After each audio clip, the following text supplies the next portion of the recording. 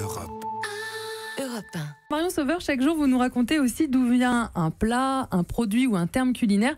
Aujourd'hui, vous vous intéressez à une des bases de la pâtisserie française. Alors, si je vous dis millefeuille, palmier, galette des rois, est-ce que ça vous dit quelque chose? Pâte feuilletée. Ah, vous êtes hyper forte, Lise. Dans le dessert, oui. Moi j'ai tout dit, j'ai faim. J'ai faim.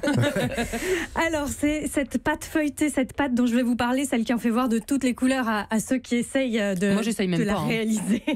Vous faites comment? Moi, je fais que de la pâte sablée et j'achète la feuilletée, j'avoue.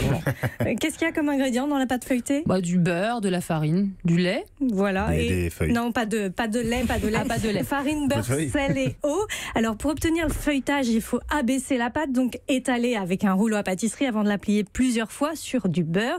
Son origine remonterait en fait à l'Antiquité. Les Grecs auraient mis au point la première pâte feuilletée. Alors, on est loin de celle qu'on connaît aujourd'hui puisqu'ils superposaient des fines galettes les unes sur les autres, bien craquantes. Ils la cuisinaient en séparant la pâte par de la crème.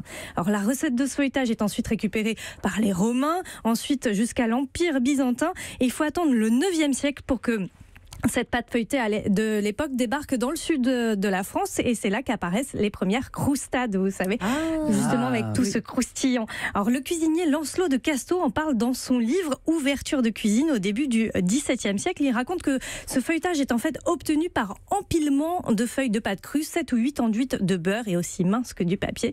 Il parle aussi d'un deuxième feuilletage qui ressemble à celui d'aujourd'hui avec une technique qui consiste à abaisser la pâte, donc à étaler cette pâte et à la plier.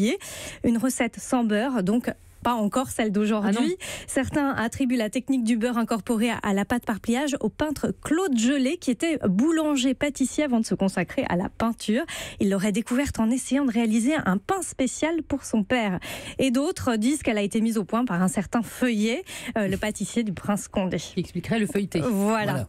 La technique, en tout cas, a été améliorée par le cuisinier-pâtissier Antonin Carême, le fameux, au 19e siècle. Et à cette technique qu'on réalise aujourd'hui, très manuelle, qui consiste donc à plier et tourner la pâte plusieurs fois. Europe 1.